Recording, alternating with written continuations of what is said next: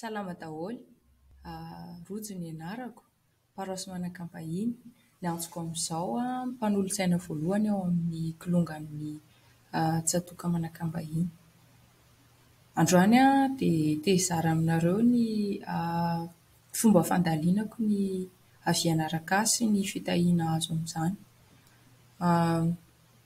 Voalohany aloha, isan-kerinandro tsika manana lohahevitra foana ao amin'ny avianaraka. Dia ny ataoko dia voanomboka ny herinandro dia mivavaka dia mandray ny avianaraka. Jereko ny lohateny sy ny soratra masina mifandraika amin'iny. Efa misy moa ao amin'ilay fandalianantsika ny ho an'ny isam-batan'olona, misy an'ilay ohatran'ny sous-titre zany sy introduction iny. Dia vakiako tsara, halaliniko ireny. Misy ihany koa ao teny mpaminany, vidéo, dia arakaraka iny no hakako hanatsoahako izany ny lesona ianarako mandritra ny herinandro. Ny matetika izao ny avianarakan'ny ankizy kely tena mazava, dia afaka na dia tsy ankizy kely ary dia tiako kokoa mijery ihany koa ny amin'ny avianarakan'ny ankizy kely.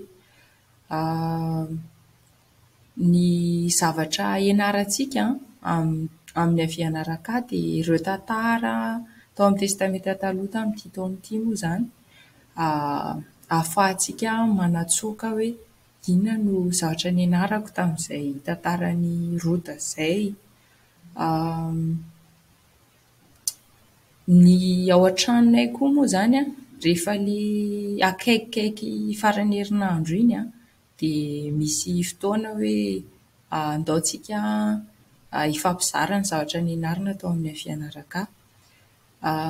Zandrinay moa izany izy manao, mbola zatovovavy izy, dia manao séminaire. Dia any zareo mianatra avianaraka dia mifampizara ihany koa. Iny koa anisany manatsara ny fandalianantsika ny avianaraka, ny fifampizarana amin'ny hafa hoe ahoana ny fahazoanao an'ilay thème ohatr'izao amin'ny avianaraka iny.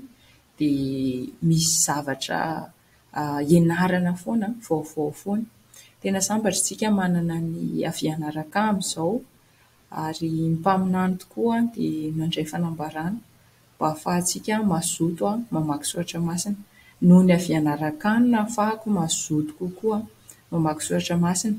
Teo ny institut sy ny séminaire taloha, fa rehefa manao ny avianaraka ianao dia mahatsapa bebe kokoa hoe ny tena tian'Andriamanitra ampianarina anahy amin'ity herinandro ity dia izao. Amin'ity herinandro ity izao tsika ilay misy hoe ny asa mahatalanjona, dia momba ny Isaia mpaminany efa naminany momba ny famerenana amin'ny laon'ny filazantsara. Ianarantsika zavatra vaovao hoe io asan'ny famerenana amin'ny laona io tena asa mahatalanjona ary nitranga teto ambony tany izay tsy nisy zavatra mitovy aminazy izany, fa tena nahafahantsika hoe migoaka ny fitahian'ny filazantsaran'i Jesosy Kristy ny famerenana amin'ny laona. Ny traikefa hitako ihany koa rehefa mamaky soratra masina dia misy ao amin'ny gospel librairie. Tsika afaka mampiasa ny gospel, dia raha ohatra ka misy soratra masina tianao tadinana no tena dia afaka tsindrianao elaela iny, ohatra misélectionner ireny. Dia eo misy an'ilay hoe naoty ataonao handray naoty ve ianao amin'ny soratra masina io, sa tehirizinao ilay soratra masina.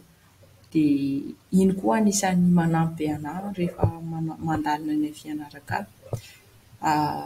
Na any an-trano io, na aty am-piasana, na any am-piangonana dia n'aiza n'aiza izany tsika dia manam-potoana ahafahana manao ny avianaraka foana. Dia misaotra betsaka anareo mirary soa atsika ary manentana antsika mba hanao ny avianaraka foana. Velomy.